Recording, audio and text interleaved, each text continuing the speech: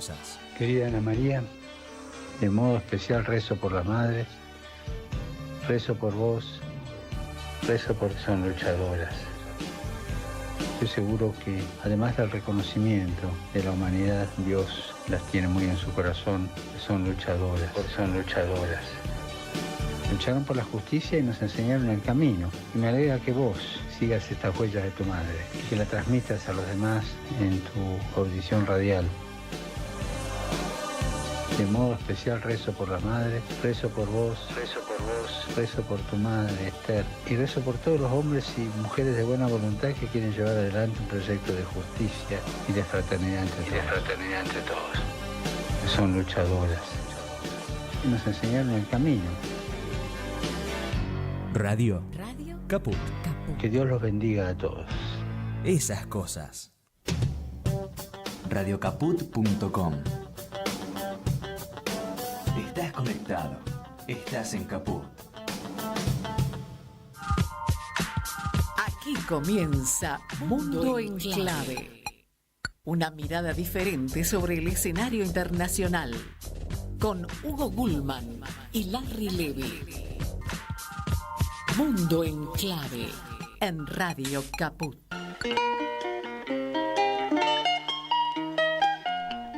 Una nueva edición de Mundo en Clave, como dice la presentación, una mirada diferente sobre el escenario internacional. Vamos a recordar que esto se produce aquí, se graba aquí en Caput, se pasa en vivo, en este momento estamos en vivo, pero después lo pueden encontrar en YouTube, la edición, y se vuelve a emitir mañana en la radio pública de Marcos Paz, la 90.7, mañana a 16 horas, es decir, los martes a las 16 horas, y los miércoles a las 20 en RPD Radio FM 97.5 de Oberá, Misiones, y en forma alternativa, sin horario fijo, pero con varias repeticiones, en la radio Pista Urbana de aquí de Buenos Aires. Y hoy, a ver, podemos escuchar la música del país que vamos a abordar hoy. Lucas Loza allí en los controles.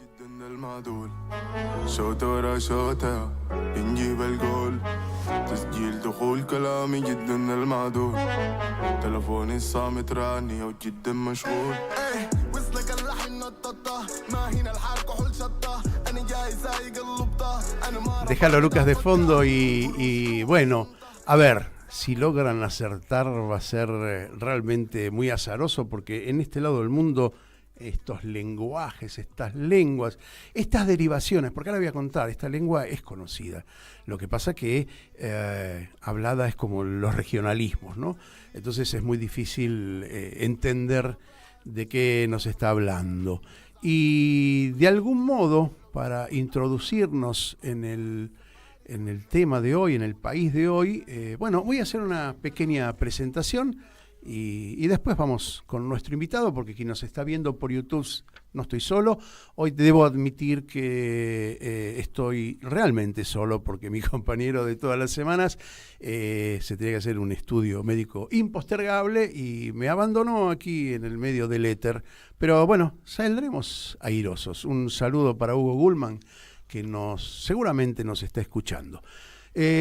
Bueno, les cuento que resulta claro que los movimientos de liberación, las revoluciones y todo lo que implique un cambio o alteración de lo establecido, casi con seguridad ocasiona sucesos no deseados, reñidos con la misma libertad que se pretende conseguir y contradicciones con la equidad anhelada e incluso con sangre y muerte.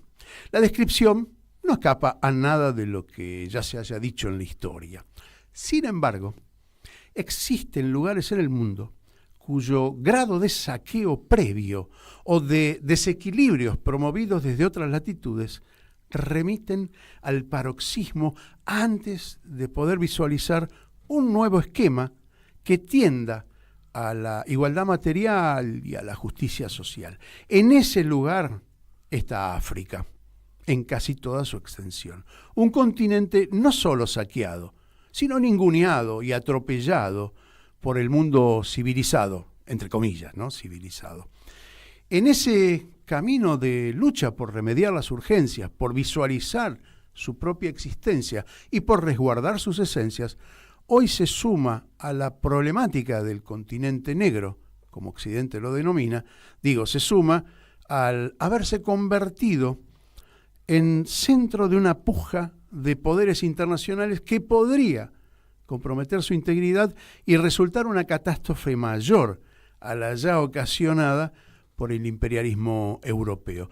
No es una casualidad la multiplicidad de conflictos fogoneados desde los centros de poder que protagonizan los países de un continente que aún, después del saqueo de los últimos 150 años, sigue siendo rico en recursos naturales, pero sumidos a una indigencia genocida provocada por el mundo desarrollado. Y otra vez usamos las comillas para lo de desarrollado, de un mundo que condena a buena parte de sus habitantes a los oscuros deseos de un poder indolente. Hoy indagamos en Sudán.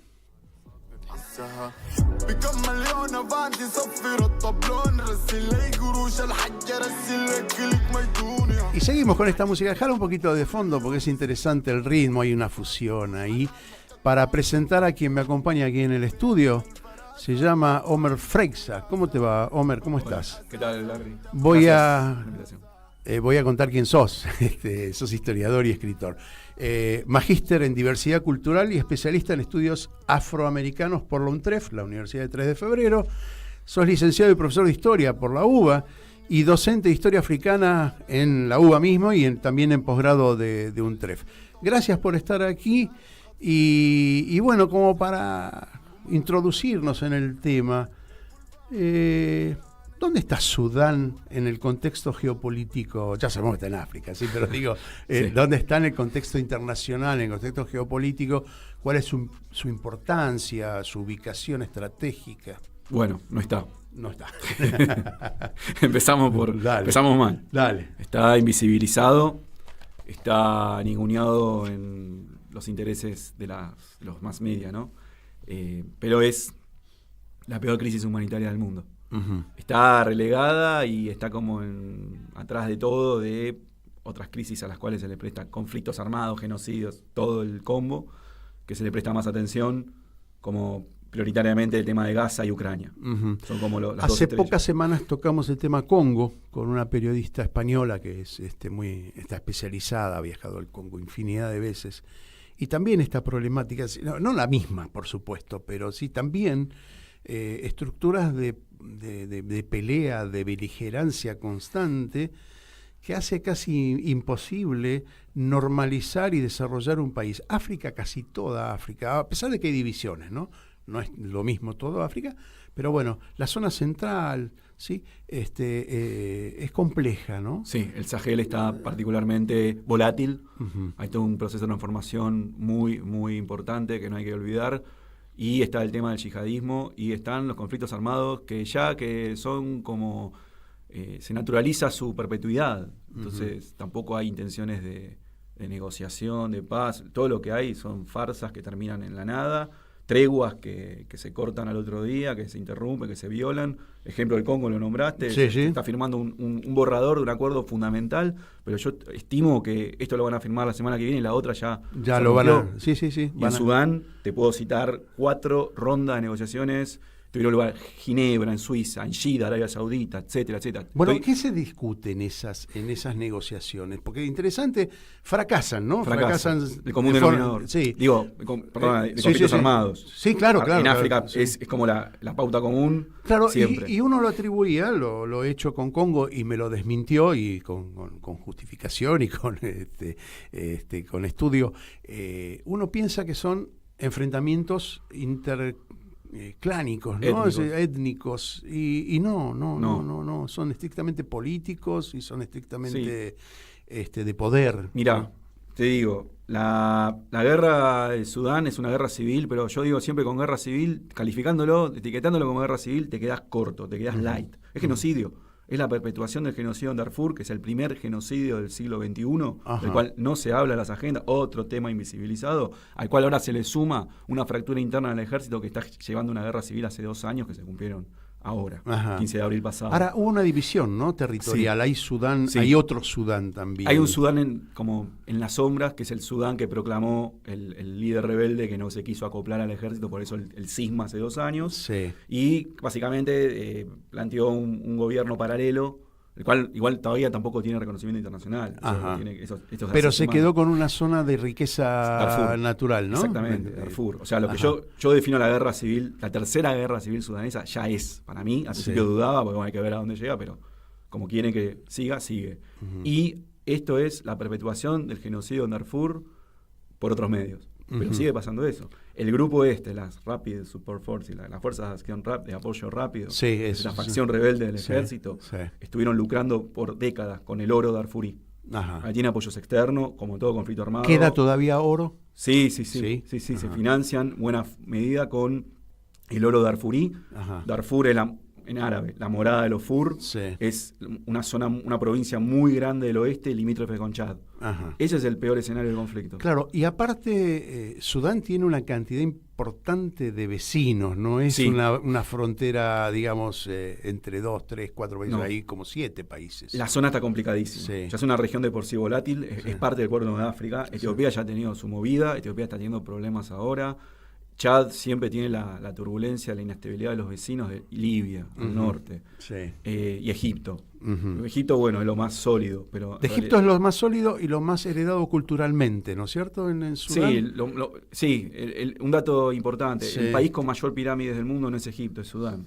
Justamente fue los datos que recolectamos ahí, cerca de 400, Hugo, que me hizo toda la preparación de este programa, me pasaba el dato, 400 pirámides, son más pequeñas, pero con todo, inclusive hay influencia en la música, hay influencia en la comida de Egipto, es decir, que la cultura egipcia ha dominado la zona.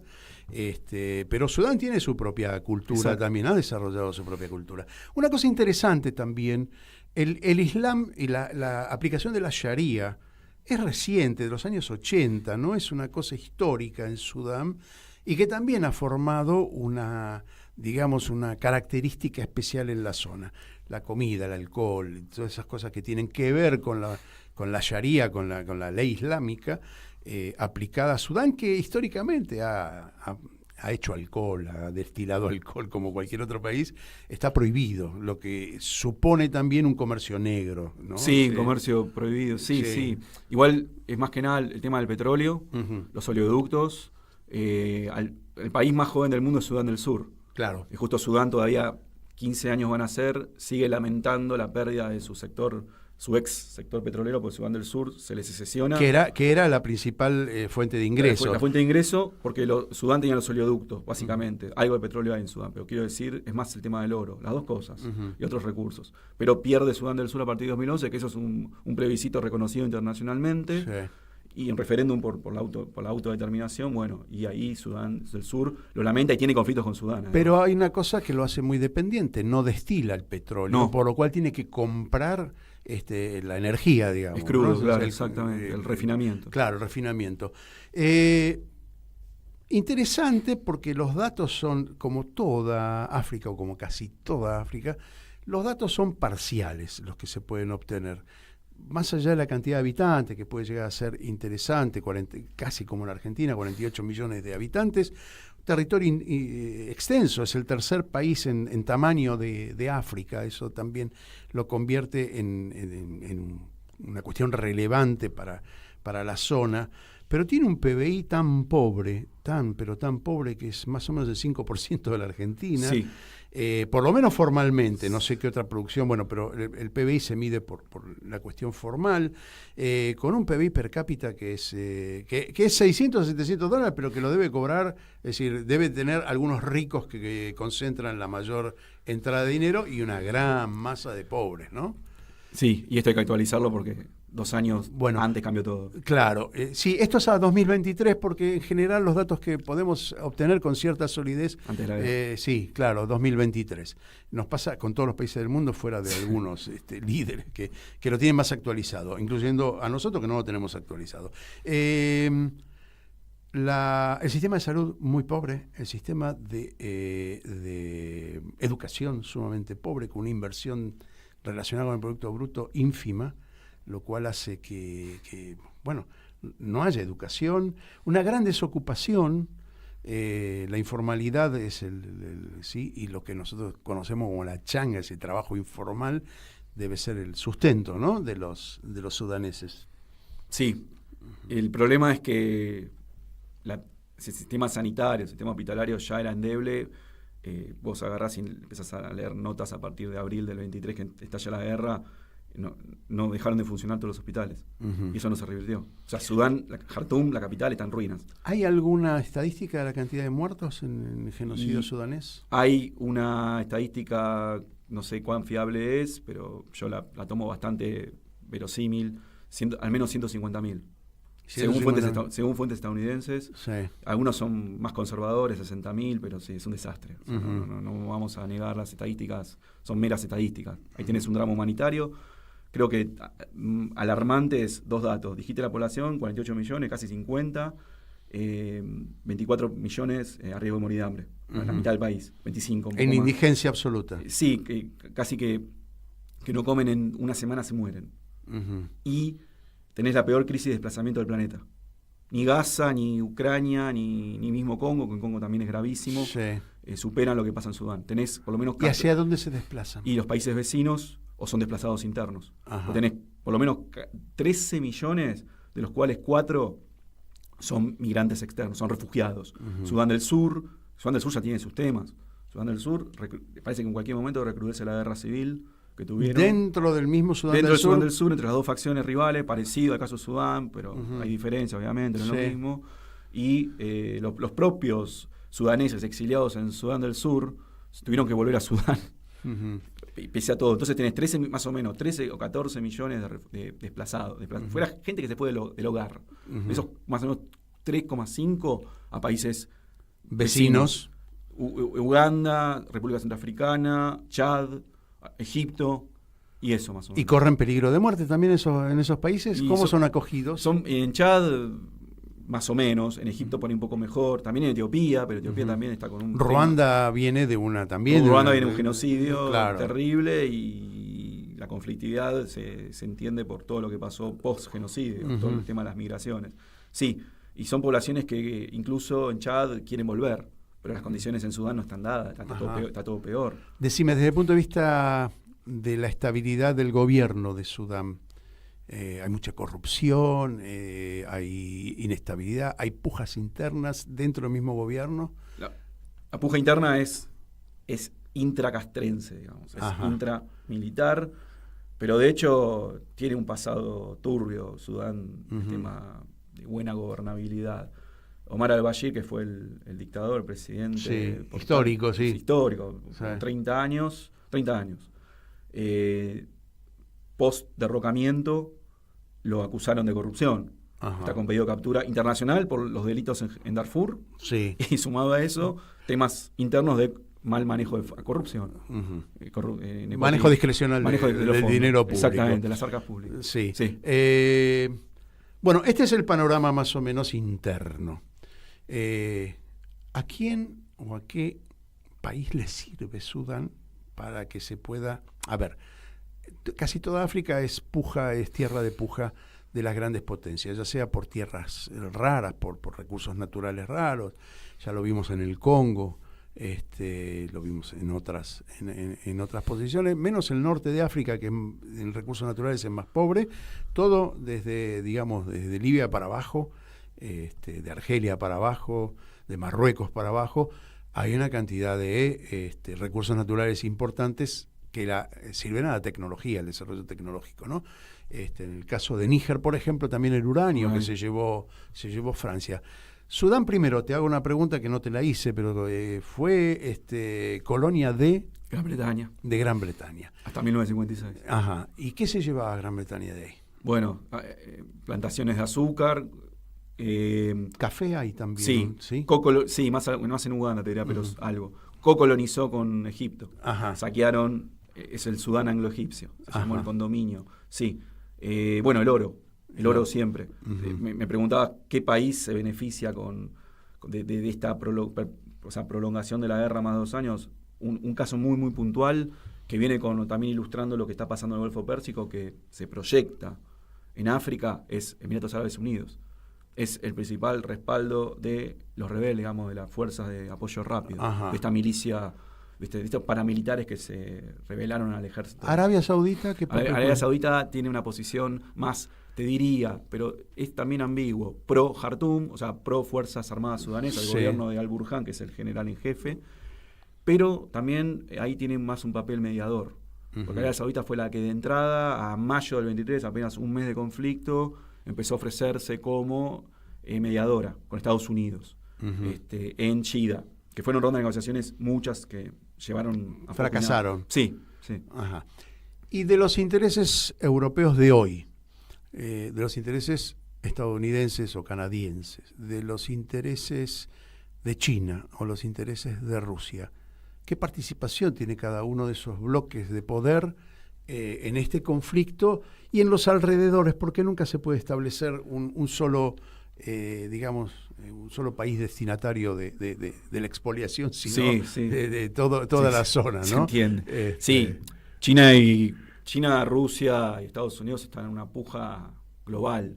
África puede ser un microescenario o el tema de la guerra de aranceles. Pero, por ejemplo, al asumir Trump, me salgo un poco de Sudán. Sí, nada, salí porque asumir, de eso se trata este claro, programa. Al asumir Trump, hubo como cierta esperanza de que en el Cuerno de África Trump reconociera la independencia de Somaliland, que es un estado que nadie reconoce en el mundo. Es un dato inédito porque nadie reconoce. ¿Es una puesta en escena de alguien? No. Es un estado que se cinde de Somalia en crisis. O sea, por eso te decía antes, el Cuerno de África es un caldero y ya hirvió. Y va a estar hirviendo peor todavía. Y bueno, Somalia es un país que está difícil desde 1991, complicadísimo.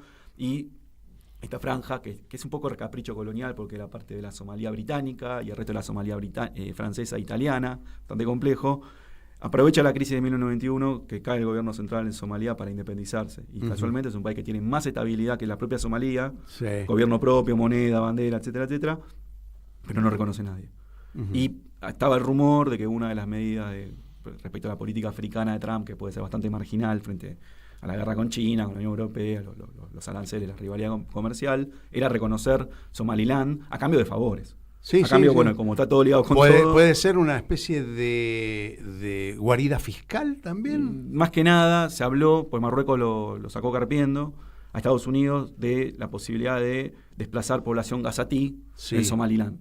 O en Puntland, que es el estado que está al lado, que es un semiautónomo, que ha tenido roces con Somaliland, con parte frontera. A veces cuesta entender ciertas propuestas, ¿no? Son realpolitik, son pragmáticas, pero bueno, Marruecos, Estados Unidos se lo ofreció, refugiar población palestina gazatí, Marruecos no quiso, y bueno, Somaliland se presentaría como posible, yo no sé a esta altura cuán pinchado no está esto, porque todos hablamos de bueno, esto va cambiando, con una dinámica muy dinámica, tal cual, muy dinámico, habrá que ver a dónde llega, pero Rusia, China, Estados Unidos están pisando el pastel. O sea, ¿China también hay intereses chinos en Sudán? Sí, los hay. Como ¿En infraestructura? ¿Cómo es la...? ¿Sí? Sí, parte del tema petrolero ha intervenido China. O sea, China no es un actor frontal que se sabe que esté apoyando militarmente a algunas de las dos facciones, pero... Sí, no es el modo de actuar de China tampoco, ¿no? Hay tampoco, que mirar el comercio y ver ahí dónde está. Pero tenés vecino Etiopía es la sede de la Unión Africana, el principal cuerpo continental, y el headquarter, digamos, la sede central se la construyó China. Y China está muy presente en infraestructura en buena parte del continente. En Etiopía, en Kenia es impresionante lo que han hecho. ¿Y Rusia con la seguridad? Rusia es el principal vendedor de seguridad. Es el principal proveedor de armamento y también de servicios de seguridad. La Wagner estuvo. Lo que era la ex Wagner, que ahora se redefinió. Ahora, interesante si podemos relacionar, si tiene alguna relación Sudán con los países del Sahel, porque pareciese, y esto digo pareciese porque nadie puede apuntar con seguridad a que los países del Sahel, la carrera libertaria, digamos, en el buen sentido de la palabra libertaria, vaya a tener despojada de intereses ajenos. Pero, digo, hay una especie de despertar, inclusive, de oficialidades jóvenes, de milicias estatales jóvenes, que dicen, bueno, no queremos más a Francia. Níger está con una política interesante, le ha hecho sacar tropas francesas de Níger. Bueno, y los países... Sudán, ¿podría encontrar ahí un aliado ideológico? No, lo veo como constituyente de otro bloque. A ver. Esto no es la Alianza de Estado del Sahel o de Sudán. ¿Vos decís el Nilo como eje? Sí, acá tenés el otro tema, que ya que estamos con el Cuerno de África lo podemos hablar. Dale. Viste que dicen que la próxima guerra, el próximo, ya lo están dejando de decir, que el próximo conflicto, conflagración mundial puede tener temas hídricos, origen en cuestiones fluviales. Sí. No sé si es así, pero acá tenés un frente de conflicto, otro que Etiopía, frente a Sudán y Egipto, se están matando, o sea, están... Por el curso del por Nilo. El curso del Nilo, exactamente. Sí, Justo en Omdurmán, ahí que Sí. confluye Nilo Blanco y Nilo Azul, empezó todo el conflicto de la guerra, porque justamente es un curso fluvial. O sea, lo que está haciendo Etiopía es construir una gran represa, lo cual Egipto y Sudán, los gobiernos alegan que les va a alterar... el curso de agua y que los puede someter o a sequía o al contrario, a inundaciones. Sí. Bueno, ahí tenés otro conflicto. Yo lo de Sudán, o sea, es parte de ese cinturón que se ve en el mapa de Guinea, o sea, de punta a punta del continente, del Mar Rojo al Atlántico, de nuevos gobiernos militares que tienen en común que no piensan volver a la democracia. Ajá. Democracia occidental, ahí tenés Sí, otra por discusión, supuesto que Traoré, Burkina Faso, dijo va a haber elecciones recién en 2029, en Malí están disolviendo partidos políticos, bajo la queja, ¿no? Y las respectivas denuncias. Sudán lo veo como otro tema, pero bueno, es parte de todo ese... Vos decís, el Sahel es el eje horizontal que termina en una barrera que podría ser Egipto, Sudán, Eritrea... Sí, es parte geográficamente, pero lo que quiero decir es que las dinámicas, me parece lo de Sudán es otro tema. Lo que yo quiero decir es que la Alianza Estado del Sahel, que la forman Burkina Faso, que la nombraste, Níger y Malí, es un tema rupturista frente a lo establecido. Sí. Pero lo que veo de trasfondo, que puedo sumar a Gabón, que está en otra sintonía, aunque ex colonia francesa, pero no rompió los vínculos con Francia como estos tres países. Sí. Es otra cuestión. Lo que quiero decir es que Sudán va a ritmo de, bueno, la democracia no sirve. Ese tema de la democracia occidental, tan discutido. ¿Tendrá que ver también con el Islam, digamos, con la imposición del Islam o de la adopción del Islam como... No me parece, porque Gabón no es un país islámico, como sí los otros, ¿no? Como ese cinturón del Sahel que venimos diciendo. No sé si lo veo tan por el tema de la incompatibilidad, supuestamente. No, pero lo decía por Egipto y por la influencia que puede tener Egipto, que la tuvo históricamente en Sudán, y que podría llegar a ser, digamos... Y este tema de la democracia occidental o alternativas que no son, ¿no? Yo lo veo con un tema como la validez de la democracia occidental. Está en tela de juicio ahora y hay que ver a dónde llega esto. Está en tela de juicio también en Occidente, vamos a ser en todos lados. sinceros, ¿no? La democracia no parece ser el sistema más representativo de los intereses de las mayorías, pero está acentuado en países, bueno, porque fue una crítica constante, ¿no? Todos los países de Oriente, desde Occidente, son mirados como totalitarios, sin tener en cuenta un montón de factores históricos, factores también económicos de sometimiento. Entonces, claro, bueno, sí, es muy difícil que la democracia funcione cuando los demócratas no quieren que funcione, ¿me entendés? Es decir, hay una contraposición entre la propaganda y la realidad. Vamos a tener que hacer una pausa porque así lo exige el ritmo de la radio. Vamos a recordar que este programa lo pueden volver a escuchar mañana en la radio pública de Marcos Paz, pasado en Oberá Misiones, en Radio Pista Urbana en cualquier momento. Vamos a ir a una pausa y seguimos con Omer Freisa, ¿se dice o Freisa? Freisa, especialista en África, la verdad que tiene un conocimiento y fue recomendada por una amiga nuestra que también estuvo aquí, que es Silvia Perazo, también una especialista en conflictos bélicos de África. Esta es la virtud de este programa, para nosotros por lo menos que lo hacemos, para Hugo, para mí, encontrarnos con una mirada diferente, como dice la frase del programa, ¿no? El subtítulo del programa, una mirada diferente sobre el escenario internacional. Vamos a la pausa y ya volvemos. Enseguida volvemos con más Mundo en Clave. Siempre en Caput. Y un recuerdo En Caput del Papa Francisco. pasan cosas. Querida Ana María, de modo especial rezo por las madres, rezo por vos, rezo porque son luchadoras. Estoy seguro que, además del reconocimiento de la humanidad, Dios las tiene muy en su corazón, que son luchadoras, porque son luchadoras. Lucharon por la justicia y nos enseñaron el camino. Y me alegra que vos sigas estas huellas de tu madre y que la transmitas a los demás en tu audición radial. De modo especial rezo por la madre, rezo por vos, rezo por tu madre, Esther, y rezo por todos los hombres y mujeres de buena voluntad que quieren llevar adelante un proyecto de justicia y de fraternidad entre todos. Que son luchadoras. Y nos enseñaron el camino. Radio Caput. Que Dios los bendiga a todos. Esas cosas. ¿Querés arrancar la mañana bien informado? Infosiberia, las noticias en tu celular. Manda un mensaje de WhatsApp al 1128679078 y recibilo gratis todas las mañanas. Vos sos la única que me haces feliz cuando nadie te dice la verdad. Infosiberia, las noticias en tu celular. No seas como los demás. Manda un mensaje de WhatsApp y recibilo gratis todas las mañanas. En Caput damos la bienvenida a nuestra compañera Estela Caloni. pasan cosas. Yo tengo un faro que se llama Radio Caput. Hay un vigía del sur y otro vigía del sur ahí y otros vigías del sur que nosotros tenemos que ver cuando nos llega el temporal, la nieve. Tenemos que mirarlo todo, porque estamos preparados para mirarlo todo. Estamos luchando desde hace mucho tiempo por la verdad histórica. Radio Caput. Que es sobre la única cosa en que se puede edificar un país independiente y real. Esas cosas. Mandanos un WhatsApp. Mandanos Sarasa y Noticias. 11 65 16 44 46. Seguimos con otra vuelta al mundo en clave.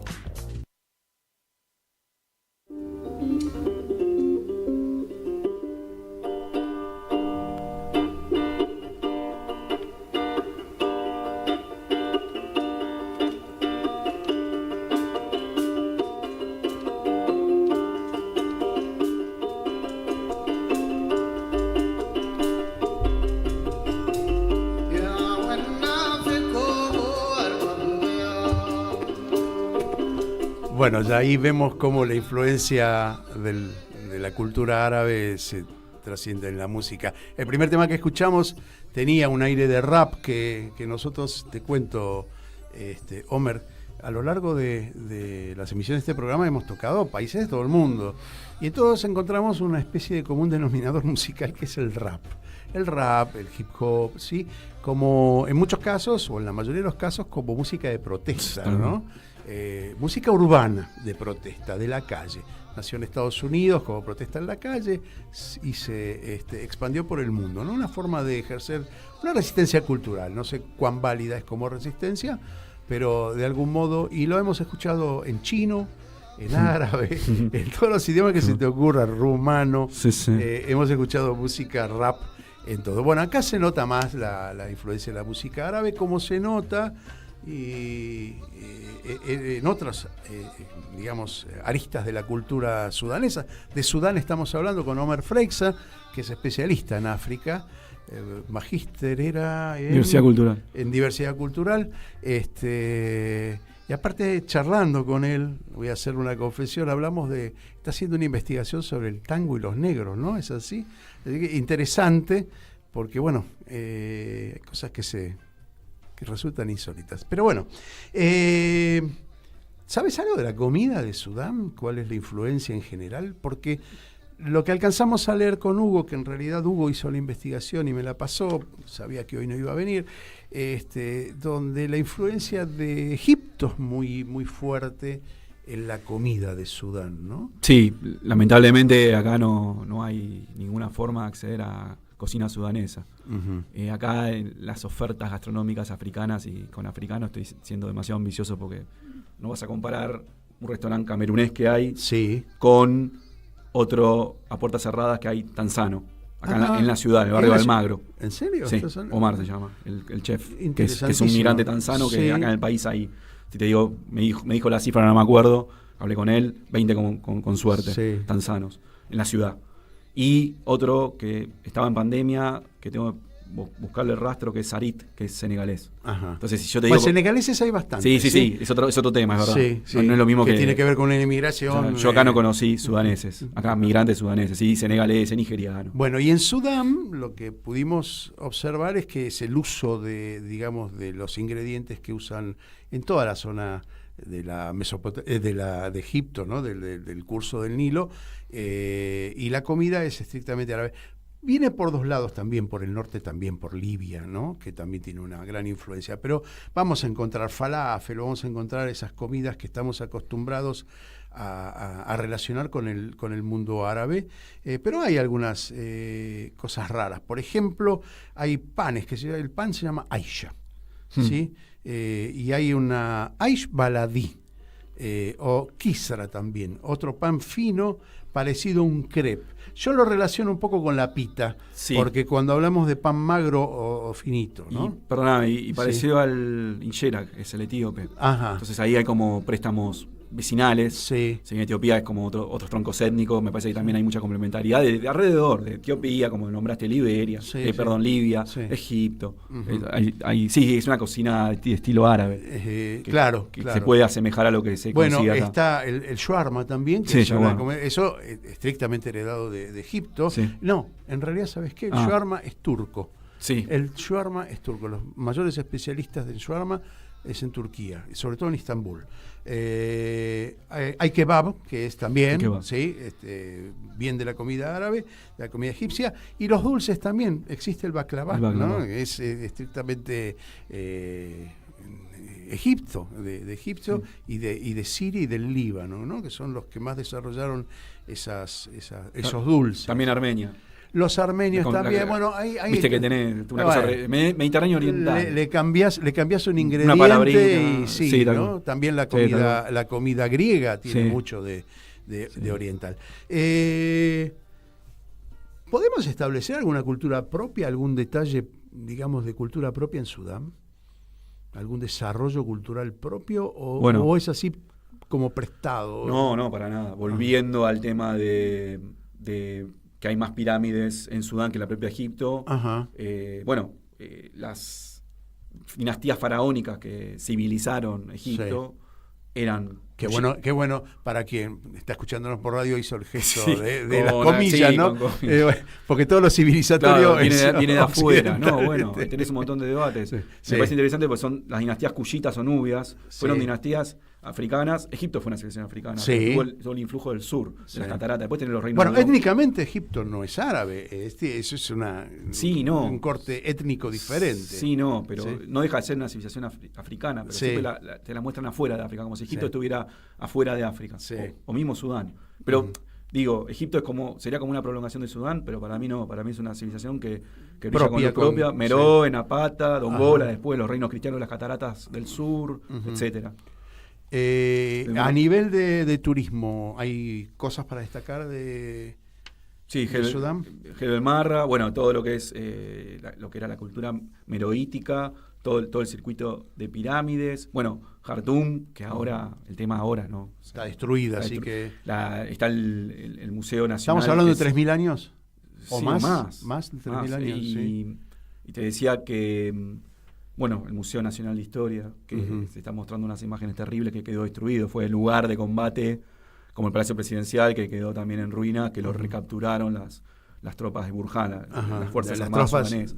Claro, el ejército de línea. Del Sudán oficial, digamos. Del Sudán gobierno. Del Sudán. Claro, que lo había perdido. Lo había perdido a manos de los rebeldes. Bueno, yo tengo una lista acá que Hugo me pasó ayer y estaba mirando, ¿no? Por ejemplo, el Parque Nacional de Dinder. También hablan de una riqueza de flora y fauna interesante. El Palacio de Gebel Barkal, La reserva natural de Jebel es Jebel como, Marra, es Jabal. Jabal montaña en árabe. es una montaña, pero es una sierra, sí, no es una montaña. Igual se utiliza como sí. La ciudad de Jartum, bueno, dice. Sí. Ahora, no hay turismo, no hay entrada de turismo, porque supongo que el estado de beligerancia también limita de algún modo la entrada de solamente algunos, digamos, aventureros. Sí, pero podrían llegar Médicos ahí, Sin Fronteras se replegó, todos los que estaban, lo que eran los cuerpos de ayuda internacional. Estás hablando de una crueldad muy terrible. Es la peor crisis humanitaria del mundo. Invisibilizada, como me preguntabas al principio. Te dije, ¿dónde está este conflicto? No está. No existe, claro. Está en un éter, está ahí. ¿Probabilidades de solución las ves? No. Pero ¿para qué lado tiene que ir? En el Congo nos pasaba que cuando hablábamos con Rosa Moro, nos decía, es tan corrupto también el gobierno como los que se oponen al gobierno y los que tienen en las dos provincias del norte, las tienen tomadas bajo su dominio, también no tienen ningún interés en desarrollar el país, solamente un interés de expoliar las riquezas. Sí. Eso es con el ejército rebelde, digamos, del norte del Congo. Y el gobierno del Congo en sí mismo no es un gobierno que vaya a traer ningún avance, digamos, civilizatorio. Lo voy a decir entre comillas, como lo dijiste vos, pero aún en los conceptos de estructura solidaria, que es la estructura africana que viene del centro de África, el famoso Ubuntu, que yo siempre lo menciono, esta actitud solidaria y colectiva, tampoco es lo que prima en la mirada política en el Congo. Te lo pregunto, ¿en Sudán más o menos lo mismo? En cuanto a no estructurar el desarrollo de la población. Sí, ahí la intervención foránea está siendo crucial para no destrabar el conflicto, pero también yo no quiero decir que todos sean, digamos, en política, en clave de geoestrategia, todo es lo que pasa afuera y cómo interviene lo foráneo. Pero por otro lado también invitan en Ginebra, creo que fue en agosto del año pasado, empezaron las negociaciones y las fuerzas oficiales no fueron, la delegación no fue porque pues están los otros. Entonces no hay recomposición acá. Ya van, te digo, Ginebra, París, Yida, intentos también de Turquía ahí metiéndose. Turquía tiene mucha influencia. Es la guerra de los drones esto también, claro, Turquía está suministrando drones al ejército. Ajá. Al oficial, entre comillas. A las Fuerzas Armadas Sudanesas, que es el nombre. Y no veo solución. Siempre que haya oro darfurí, por ejemplo, el conflicto no termina. No lo veo, no veo posible. ¿La Unión Africana qué papel juega acá? Y es un poco el que ha promovido las negociaciones, el que llama a pacificar, pero la Unión Africana, puedo decir cosas mejores que Naciones Unidas, pero en este caso, está floja el papel. 2 años, la peor crisis ahí en las narices, no es que la Unión Africana lo puede esconder. ¿Y la actitud de los países vecinos con respecto a la hambruna? ¿Hay algún tipo de colaboración para sanear la situación, como para brindar suministro alimentario? Se ha hecho una colecta con lo que se llaman los donors, las colectas de donantes en Londres, que se ha recaudado, pero siempre dicen que la recaudación está por debajo del ideal. Y los propios países, que son, digamos, refugio de muchos de las personas que migran, de los sudaneses, exactamente, ya tienen sus propias dinámicas de conflicto y sus propios problemas alimenticios. Sudán del Sur. Sudán del Sur tenés un flujo enorme. O mismo Egipto. Y aparte Egipto está acusando a Etiopía que le está robando el agua. Entonces, está complicado. Muchos sudaneses quieren, como te dije antes, quieren volver, pero no está el momento dado para hacerlo. Vamos a ir viendo rápidamente, no nos sobra el tiempo, pero digo, la relación de Sudán con Estados Unidos, la relación de Sudán con Europa, más o menos ir viendo cómo se relaciona cada uno de esos bloques, ¿sí? Hablamos de China, algo de infraestructura, pero me imagino que hoy, con el conflicto agravado entre China y Estados Unidos, el interés por resguardar ciertas áreas del mundo de los chinos y de los Estados Unidos ponen a Sudán también en una Sí. puja importante. Sí. ¿Qué ves ahí vos? Lo que hay que decir ahí que Sudán es un lugar geoestratégico por su ubicación en el noreste de África, ahí comparte el límite con el Mar Rojo, es la vía obligada de paso de todo lo que es el comercio intraoceánico, vía Sí. Índico. Acordate que en 2021 un barquito, entre comillas, mero barquito, trabó el canal de Suez y se perdieron 30% del Claro, y comercio ahí global. se me ocurrió pensar en otro país que no lo tenemos en cuenta, que es Yemen, También. que tiene una fuerte dominio de esos pasos oceánicos. El ¿no? tema de los hutíes, Claro. el tema que también la piratería en el Golfo de Adén, todo lo que es el Mar Rojo, esa zona, Sí. había mermado, y ahora con el realce del conflicto en Yemen, con el tema de los hutíes, etcétera, el apoyo a Irán, está volviendo a reverdecer. Un tema que parecía que estaba como más contenido, Sí. está terrible, está complicado. Ahí Estados Unidos alega también la defensa de sus propios intereses. Hay bases, tenés Djibouti al lado, Sí. cerquita, que es el país con más bases de distintas potencias. Hasta Israel tiene potencia, tiene base militar ahí. Mirá Digo, vos. todos, Francia, Estados Unidos, Francia no la perdió todavía. Sudán tiene una fuerte relación con Israel y, Sí. ¿no? Y armas, la venta de armas israelíes a Sudán. Sí, precisamente con la caída de Bashir, que lo nombramos en la Sí. tanda anterior, se recomponen las relaciones con Estados Unidos y con Estados Unidos vía Israel. Sí. Entonces Israel tiene unas buenas relaciones. No te diría que Israel está apoyando directamente, pero Israel tiene una buena sintonía con Jartum, Ajá. con el gobierno oficial, digamos, Sí, no el sí, paralelo. sí. Pero histórico es eso, me parece, ya hace mucho tiempo, yo ¿no? te diría, es de 2020, ¿Ah, sí? en la época de Bashir no. Ajá. Bashir fue Sharia extrema, Sí. fue santuario para el tema del terrorismo internacionalista. No te olvides que Bin Laden anduvo por ahí entrenándose antes de Afganistán. Ah, mira vos. Ahí hay bastantes cuestiones de quiebre, pero cuando cae Bashir, cuando es derrocado después de una sonada popular, todo lo que venía pasando en 2018, 2019, Bashir se va, o sea, es derrocado, y ahí se intenta recomponer una relación de Estados Unidos con Sudán, que Sí. sí, o sea, Estados Unidos es apoyo de Sudán, pero a la vez Estados Unidos también es como juez y parte, porque Estados Unidos es el primero que Sí, sí, salió sí, sí, sí. a pedir ¿Cómo las hace negociaciones. siempre? Sí, como hace siempre. Sí. Está en Congo ahora haciendo lo mismo, las negociaciones entre M23, Ruanda, Congo, que nombraste antes, Sí, fueron en Washington. Sí, sí, sí, La primer entendimiento ayer. el ¿Europa? sábado. ¿Y Europa qué papel está jugando con Sudán? La Unión Europea tiene un papel más como diplomático de pedir, digamos, abogar por la paz. Fue la primera que digamos, que condenó los primeros enfrentamientos que empezaron en abril de 23. La Unión Europea, bueno, ha sido sede también, Londres, bueno, ya no Londres, te diría. Ujú. Bueno, de conversaciones de paz de conversaciones siempre truncas. Conversaciones de paz, París ha Ujú. sido anfitriona, sede, negociaciones que no salieron. Bueno, después también te decía dentro de Europa, la Unión, Londres y Ginebra y Suiza. Y tiene una postura más diplomática, más de salir a reclamar por la paz, y la Unión Europea también promovió las negociaciones de Jeddah, Ujú. estas de Arabia Saudita junto a Estados Unidos, pero principalmente Estados Unidos y el propio anfitrión, que fue el gobierno saudí. Ujú. La relación de Sudán con los países musulmanes, entre comillas, lo digo porque, bueno, Irán es musulmán, no es árabe, pero es Claro. musulmán.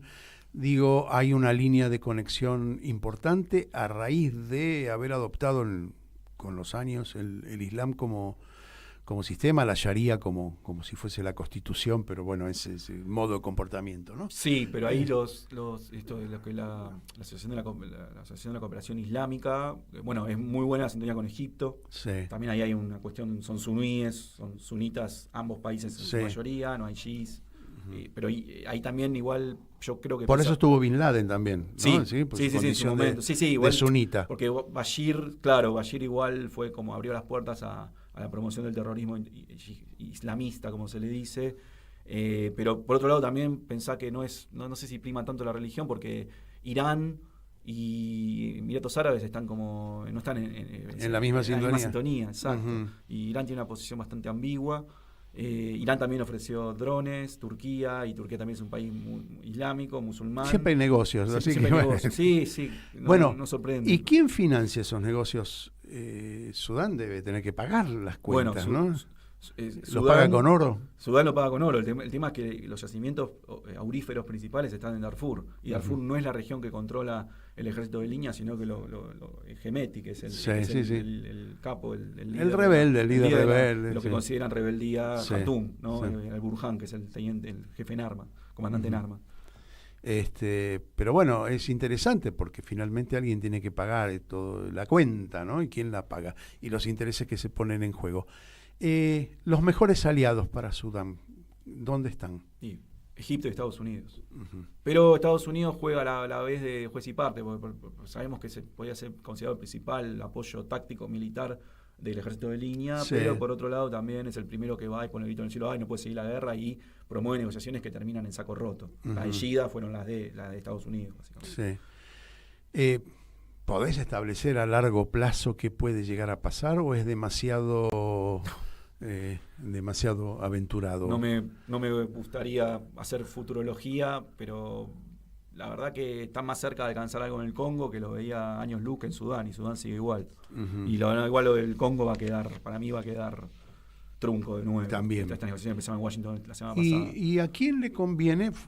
Es Estados Unidos, toda esta inestabilidad africana, por lo menos africana del centro, ¿no? Yo digo, el sur está más o menos normalizado, el norte con el contacto es como el balcón que mira a Europa, pero toda la zona céntrica, digamos, de África es una zona donde el conflicto todavía no se resuelve, donde no hay desarrollo, hay una puja muy fuerte, el Sahel es una de esas pujas, poco nacionalista, miremos por donde miremos, es alguien que está gritando algo diferente. Sí, tal cual.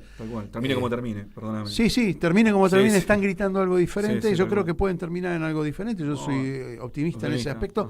¿Por qué? Porque en realidad ellos dicen, y con mucha sabiduría, ustedes miran la democracia de otro modo, nosotros miramos la democracia con un límite, que es el límite del interés interno. Esto es lo que dicen estos generales jóvenes del Sahel, especialmente de Níger, que es el más conocido en este momento, pero Mali también. Hay una onda interesante de desarrollo.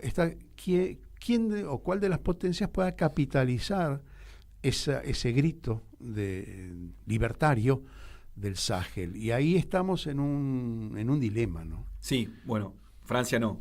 Francia evidentemente no puede participar. Claro. Contemos que todavía en Níger el franco francés, que ni siquiera está en vigencia en Francia, es la moneda de ellos, ¿no? Digo, es decir, la verdadera revolución es cuando estas economías, las de la Alianza de Estado del Sahel que nombramos, dejen el franco CFA de lado. Eso es la revolución. O sea, por ahora van varias... Pero esa revolución del franco está relacionada también con la importancia del dólar. Veamos digamos el panorama completo, ¿no? Y en la medida que el dólar deje de ser la moneda de cambio, como está ocurriendo en el caso de Irán con Rusia, China que fomenta el Bitcoin, es decir, o la moneda del yuan virtual, ¿no? Empieza a haber un movimiento donde se pueden romper esas dependencias o esas interrelaciones tan fuertes y que puedan lograr desarrollar un sistema económico financiero diferente. Ya venían hablando del ECO como una moneda de integración de África Occidental. Ahora me parece que con todos estos cambios de una alianza que le da le dio un chirlo en la cara básicamente a la ECOWAS, que es la regional de estados económica de Estados de África Occidental, parece que está complicado una integración. Incluso Nigeria se agregó al BRICS como socio. Y Nigeria es el elefante africano, es la principal potencia de la zona. Tiene un desarrollo económico muy interesante. Más allá de muchísima desigualdad, tema de seguridad, bueno, es un mundo, más de 200 millones de habitantes. Vos preguntabas quién, te redondeo, para preguntar, y la respuesta a quién se beneficia de todo este maremoto, toda esta convulsión que hay, vamos a ver cómo termina, Rusia. Te lo puedo citar como... Interesante lo que estás diciendo, porque aparte de este maremoto existe hace mucho. El problema es que, como decíamos al principio, estuvo invisibilizado durante mucho tiempo. Fíjate cuánto le costó a Sudáfrica salir de sus problemas, que todavía no ha salido del todo tampoco. Está en problemas. Está en problemas, pero tiene una definición, una figura, digamos, un contorno, su problema bastante definido, ¿sí? Y tiene una participación a nivel mundial interesante que no tenía antes, con el sistema de apartheid y hasta que, bueno, desarrolló Mandela todo el sistema democrático de Sudáfrica. Pero digo, el continente estaba, por lo menos la zona central, absolutamente invisibilizada, y hoy hay gente que empezó a mirar eso, las grandes potencias, empezó a inmiscuirse en el tema y a poner en disputa su influencia. Los chinos no habían hablado, ahora están hablando de África. Si vos, las agencias chinas, vos mirás las agencias de noticias, resaltan todo el tiempo sus vinculaciones con África. Igual te diría que ya es un tema en la agenda china, porque los foros de cooperación China-África tienen 25 años y China nunca se fue. Vamos a hacer algo que nos hacemos generalmente, nos despedimos siempre con una música del lugar. Hoy la vamos a poner antes de despedirnos. Si Lucas, tenés a bien ponernos el último tema, digo porque es el más clásico, y después nos despedimos y hacemos toda la cuestión del final del programa. Dale, a ver.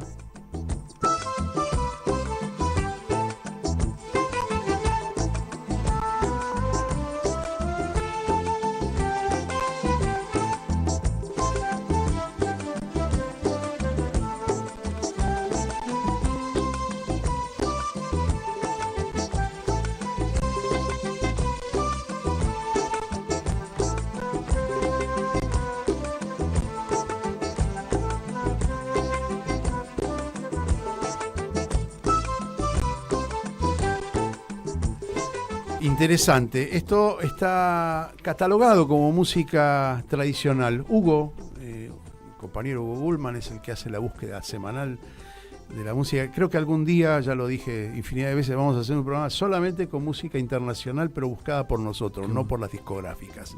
Y vamos a encontrar perlitas amorosas. Esta música tradicional, fíjate que tiene dos vertientes. Instrumentalmente, la música africana. Y rítmicamente tiene la música árabe, que en realidad es música hindú también, ¿no? Vamos a ser sinceros con los orígenes. Pero bueno, considera como música árabe. Interesante. Estuvimos hablando durante todo el programa con Omer Freisa, o Freisa. ¿Dónde le pones el acento? ¿Freisa, decís? No, Freisa es otra rama de la familia. Bueno. Bueno, un acento puede hacer estragos, ¿no? Especialista en todo África, con una mirada que a mí me sorprende porque, bueno, pudimos vincular no solamente ir a Sudán, que era nuestro tema del día, sino poderlo relacionar con el resto de África, su influencia, las influencias recibidas por Sudán, las divisiones, tener un panorama geopolítico de Sudán. Me parece que, bueno, hemos cumplido con esta mirada diferente del escenario internacional. Y bueno, nos vamos a tener que despedir, Omer, y te recuerdo a vos y a nuestros oyentes o a quien nos esté mirando por YouTube, que bueno, queda grabado en YouTube, pueden mirar el programa cuando quieren, y pueden escuchar el programa en Marcos Paz, en la radio pública de Marcos Paz, en el 90.7, mañana, los martes a 16 horas, en Oberá Misiones, en RPD, Radio FM 97.5 los miércoles a las 20, en Radio Pista Urbana, dijimos también, en cualquier momento, porque es una radio online, y nosotros nos vamos a volver a encontrar la semana que viene aquí en Radio Caput, que es nuestra casa, que es el lugar donde cálidamente nos reciben y cálidamente hacemos este programa con mucho placer, y agradecerte. Homer, ¿alguna cosa que quisieses agregar que no te pregunté? Esto siempre se lo decimos a los entrevistados. Algo que no te hayamos preguntado y te quedaste ahí con las ganas de decirlo. No, mucho, poca, una hora por ahí. No. Siempre nos quedamos cortos. ¿No? Sí, que para visibilizar temas africanos hace falta mucho tiempo, y agradezco y celebro que el espacio acá. Es muy probable que te invitemos en algún momento junto con Silvia Perazo, porque complementar la especialidad de ella, que son los conflictos armados, con una mirada geopolítica, me parece que va a ser un programa con mucha cosa, y nos va a quedar ahí, sí, realmente muy corto, ¿no? Muy buena idea. Bienvenido. Señores, la semana próxima, dentro de 7 días, donde nos esté escuchando, dentro de 7 días a la misma hora, Mundo en Clave. Gracias, Lucas Loza, allí en los controles. Nos despedimos.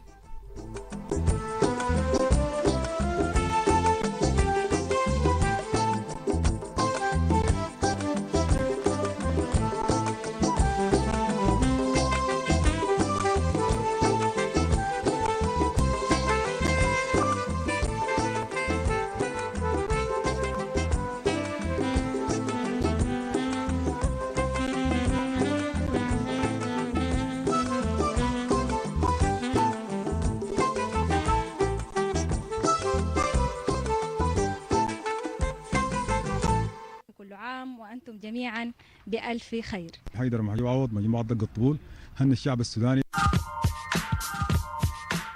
Aquí termina otra edición de Mundo en Clave. Radiocaput.com. Mientras todos duermen, algo muy extraño ocurre en los laboratorios químicos RX. Seguinos en Twitter.